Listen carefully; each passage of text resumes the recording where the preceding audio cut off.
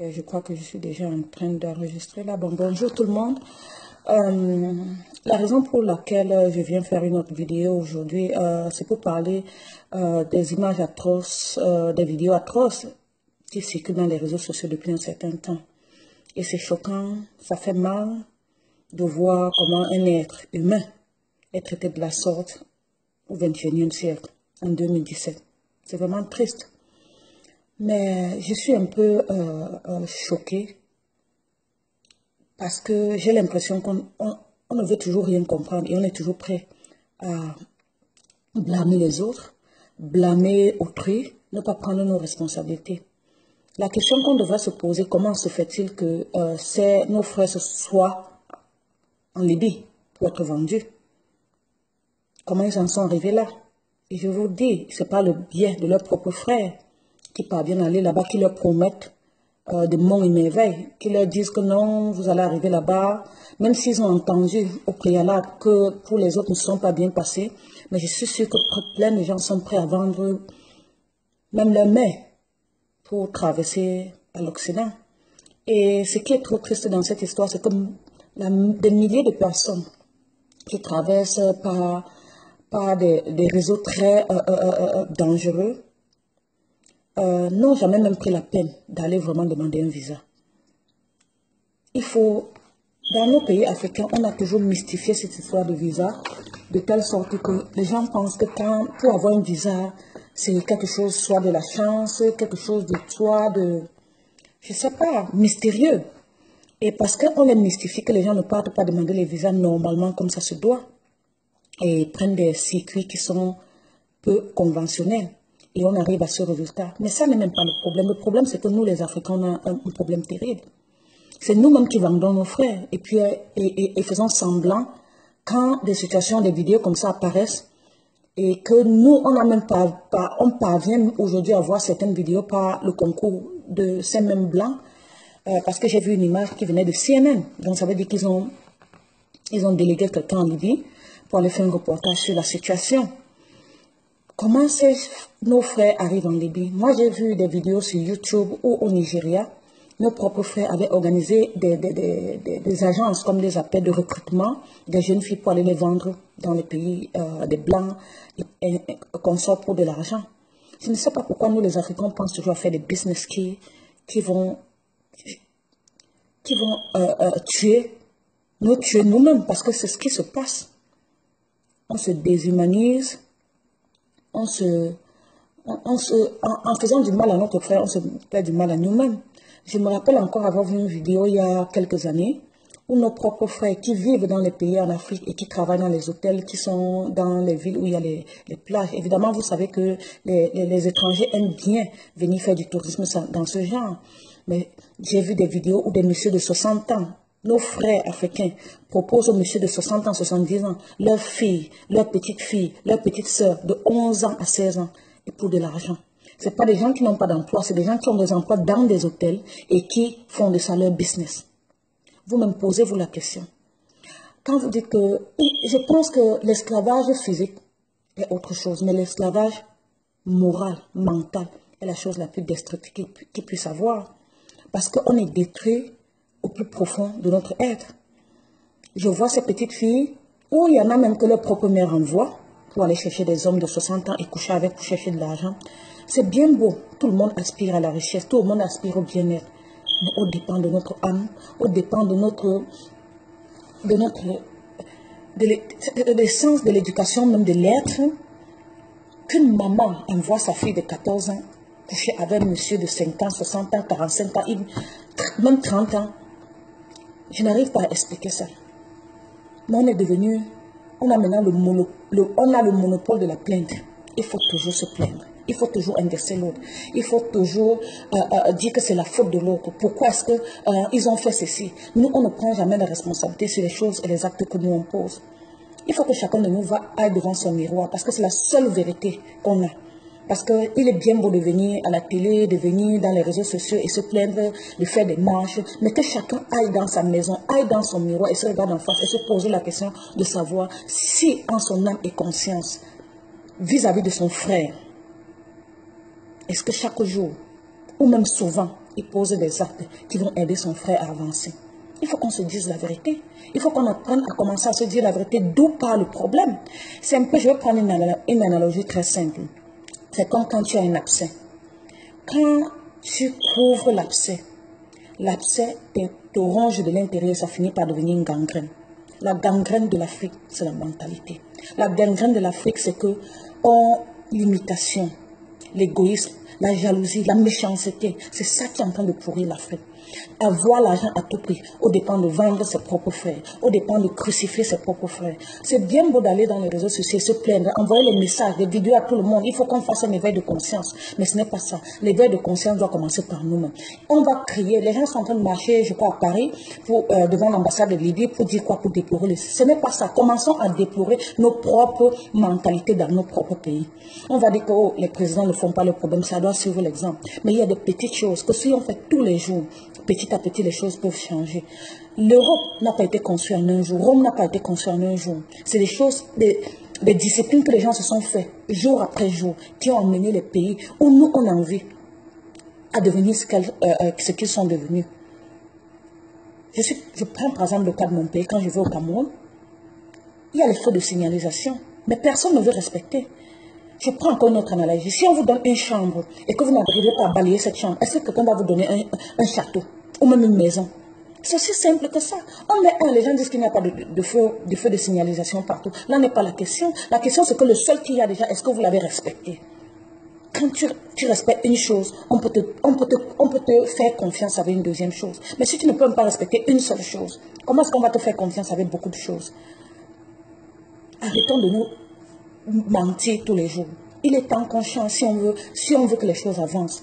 Quand souvent je vois l'Afrique, souvent je me pose la question de savoir si on pense à la génération future, si on pense à l'héritage qu'on va laisser aux enfants de nos enfants. Mais l'Africain de façon générale pense à lui-même. C'est le m'as-tu vu. C'est l'individualisme, l'égoïsme. Quand tu sais même qu'il y a une situation qui peut aider ses frères, non, il ne va pas te dire. Et qu'on ne se leurre pas. Tous ceux qui sont en train de passer par des réseaux là, il y en a plein qui n'ont pas de diplôme, qui n'ont rien, mais qui pensent qu'en arrivant au pays des Blancs, ils vont, par le miracle, ils vont faire des grandes choses. Nous savons ce que beaucoup de gens viennent dans ce pays des Blancs faire, et ce qui n'est pas du tout légitime et décent. Vous-même, si vous êtes président d'un pays et que vous voyez des millions de personnes qui viennent dans votre pays, qui n'ont ni aucune éducation, aucun talent, qui n'apportent rien à la société, peut-être qu'ils vont venir encombrer, est-ce que vous allez être content? Non, bien sûr que non.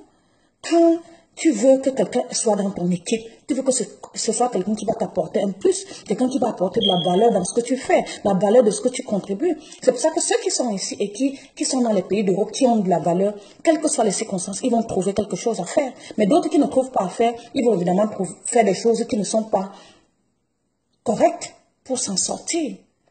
Qu'est-ce qu'il y a qu'il faut passer dans les mers? Qu'est-ce qu'il y a qu'il faut passer dans les mers? Et si ce n'est pas la mer, c'est au désert, pour arriver à tout prix. Est-ce que vous avez même d'avoir pris la peine, honnêtement, d'aller demander un visa en bonne et due forme? Non. Parce que justement, on vous fait croire que c'est un mythe. Au Cameroun, ou en Afrique en général, je crois que tout le monde aime la corruption. Les gens se plaignent, ils veulent un bon pays, un bon président, ils ne veulent pas la corruption. Mais tous les jours, ces gens même qui disent parler de corruption, qui ne veulent pas telle chose, font ces choses-là au quotidien. Je vais au Cameroun en 2014, j'ai pas de passeport parce que j'ai un passeport périmé. J'arrive au Cameroun et je suis très impressionnée, très positivement. Parce que les gens n'aiment pas quand on dit ça. Il ne faut pas toujours regarder les choses de façon négative. Je veux faire un nouveau passeport et j'ai peu de temps pour le faire. Mais je respecte les règles. J'arrive, je me mets en rang. Comme tout le monde, j'ai fait ma carte d'identité, je crois qu'on m'avait demandé un certificat de nationalité. Quel que soit le papier qu'on m'avait demandé, on m'a demandé, je les ai apportés. Et j'ai fait mon passeport en pleine et due forme et j'ai payé le timbre exact. Mais je sais qu'avant d'arriver au Cameroun, il y a beaucoup de gens qui me disaient déjà que je vais faire mon passeport à 350 000 francs, 400 000 francs, parce que c'est comme ça au Cameroun. Vous voyez la mentalité. Le Camerounais veut même déjà payer sans qu'on lui demande. L'Africain, je ne sais pas comment ça se passe dans notre pays africain, mais je pense que c'est plus ou moins la même chose. Ils veulent payer, ils veulent, c'est-à-dire qu'il faut donner de l'argent pour faire quoi que ce soit, alors qu'ils n'ont jamais pris la peine. Dans toutes nos administrations, tous les papiers, que tu aies changé de l'âge, que tu aies une double nationalité, que tu aies double âge, bref, tout ce que vous pouvez imaginer, ces choses-là existent depuis longtemps. Mais il y a des papiers et des formulaires administratifs qu'on doit remplir et signer pour pouvoir passer à l'étape prochaine. Mais on s'arrête en route. Et on laisse que celui qu'on trouve dans les rues nous dise que non, pour avoir un passeport, je te dis, il faut faire comme ça, je connais tel là-bas, et vous prenez tout votre argent. Les familles vendent leur terrain, les familles vendent leur maison pour envoyer les gens par la route pour venir dans les pays des Blancs. Et nos propres frères qui leur disent que oui, effectivement, c'est ce qu'il faut faire. Et ils le font, et ça se passe comme c'est en train de se passer là. La source de nos problèmes, c'est nous-mêmes. La source de nos problèmes, c'est nous-mêmes. Il faut qu'on se revoie. Il faut qu'on se dise la vérité. Arrêtons d'aller marcher. Arrêtons d'aller envoyer les messages aux gens. De faire comme si on s'aime beaucoup alors qu'on ne s'aime pas. De faire comme si on veut le bien de nos propres frères alors qu'on ne veut pas. Il y a plein d'opportunités. Même au pays, même il y a plein. Je sais que quand les gens vont dire ça, on va dire oui, c'est parce que vous êtes déjà en Europe. Vous ne voulez pas qu'on vienne. Mais ici, pour avoir de l'argent, c'est dur. On ne ramasse pas ça au sol. Il faut travailler dur. C'est pas facile. Mais c'est devenu l'imitation. L'imitation dans tous les sens.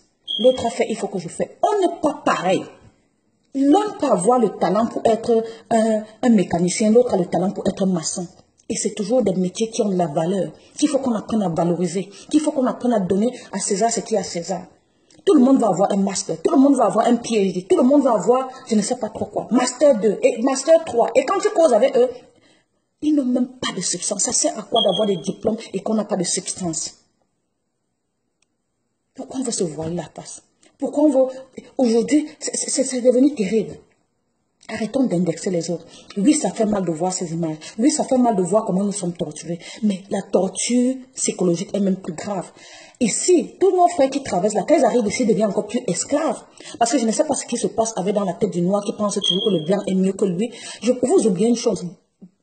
Plein de choses que vous voyez dans ce monde, c'est l'homme noir qui a créé. Il faut qu'on commence à dire ça pour que ça commence à inspirer les noirs. On a fait beaucoup de choses, on peut toujours les faire. Les feux de signalisation sur les routes, c'est les noirs qui l'ont fait. Je n'ai pas envie de dire certaines choses pour me tromper, mais on a fait énormément de choses. Il faut aller sur Google, il faut faire des recherches. On peut créer. Ce n'est pas toujours qu'il faut rester, il faut voir, copier l'autre. Beaucoup de nos frères africains ici vivent comme... Ne croyez pas qu'ils sont là, ils sont très bien. Ils vivent comme des esclaves. Parce que si quelqu'un travaille 23 heures sur 24, c'est un esclave. Tant que tu ne peux pas faire ce que tu veux quand tu veux, c'est un esclave. Ce n'est pas parce qu'on ne t'a pas tapé, on ne t'a pas attaché. Beaucoup de gens sont ici font de l'esclavage. Ce n'est pas facile. Il faut qu'on apprenne à changer cette mentalité. Et que quand nous, qui vivons au pays des Blancs, quand on rentre en Afrique, il faut apprendre à dire la vérité à nos frères là-bas. Il faut apprendre à leur dire qu'ici, ce n'est pas facile. Il faut apprendre à leur dire comment ça se passe vraiment ici, là. Parce que quand vous partez là-bas, quand on part tous là-bas et qu'on arrive, vous faites semblant, comme si ici, c'est le paradis sur terre. C'est pour ça qu'ils sont prêts à tuer même leurs parents pour venir. Pourtant, ce n'est pas la vérité. Et quand ils arrivent ici, ils voient que ce n'est pas la vérité. Mais quand ils arrivent aussi ici, au lieu de dire à ceux qui ont laissé là-bas, oh, ce que je croyais que c'est faux, ils commencent aussi à mentir parce qu'ils veulent que les autres traversent aussi la mauvaise route et arrivent dans le mot. Parce que c'est ça, nous, le noir. Si on a eu quelque chose qui est mauvais, on a traversé des mauvaises expériences, on est prêt à faire en sorte que les autres traversent ces mauvaises expériences aussi. Et ce qui n'est pas bien. Si toi, tu passes avant ton frère et que tu peux lui éviter d'avoir ce même sort, pourquoi est-ce que tu ne peux pas lui dire? Pourquoi est-ce que tu ne peux pas partager ça?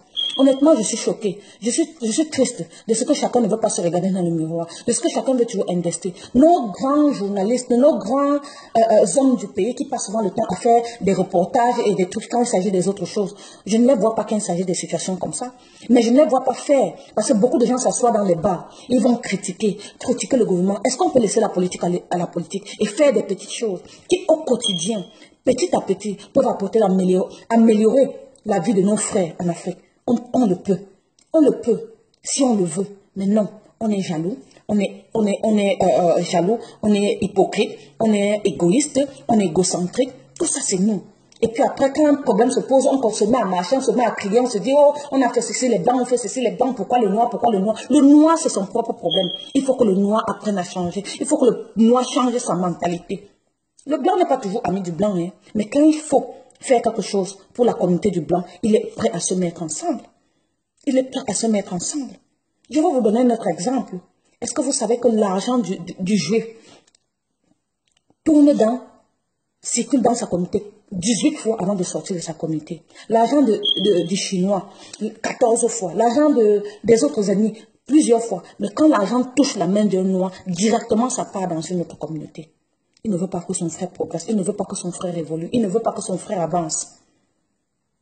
Si tu as quelque chose que tu peux proposer à ton frère, il sait que c'est bien, ça peut l'aider. Mais parce qu'il sait que si il le fait pour toi, tu vas un peu avancer. Non, il n'est pas content. Il va préférer aller ailleurs. Quand est-ce qu'on va changer? Quand est-ce qu'on va devenir faire des choses qui sont différentes? Quand est-ce qu'on va apprendre à ne plus indexer l'autre? Parce que notre maladie, c'est de venir se plaindre. Notre maladie, c'est de venir accuser les autres. Ils ont. Quand est-ce qu'on va dire que nous, on a fait et qu'il faut que nous, on corrige? Quand le changement va venir de l'intérieur, croyez-moi, les choses vont changer. Les choses vont changer. Arrêtons de se voiler la face. Arrêtons de toujours accuser les autres. Et que nos parents, avant d'accepter que nos enfants partent au pays des Blancs, allez à l'ambassade. Même si vous voulez voyager, je ne dis pas qu'il ne faut pas voyager. Allez à l'ambassade, faites un dossier en bonne et due forme. Si on refuse une fois, deux fois, trois fois, quatre fois, ça veut dire que le dossier n'est pas bon. Un jour, le dossier sera bon, ce sera mieux. C'est mieux de partir par avion que de partir par des routes parce qu'on dit que non, les autres sont passés, sont arrivés. Il y a des gens qui passent par le Mexique et restent là-bas en prison, souvent restent morts. On n'est même pas au courant. J'ai une amie dont la soeur vient de venir, elle a fait 9 mois en prison au Mexique. Oui, c'est bien beau, elle a pu traverser, mais est-ce qu'on a pensé à ceux qui n'ont jamais traversé? Des gens cherchent des réseaux où il faut payer les 5 millions, 10 millions de francs CFA. 10 millions de francs CFA, j'ai à main comme ça là au Cameroun avant de partir. Honnêtement, je ne serais pas partie. Il y a beaucoup de choses à faire.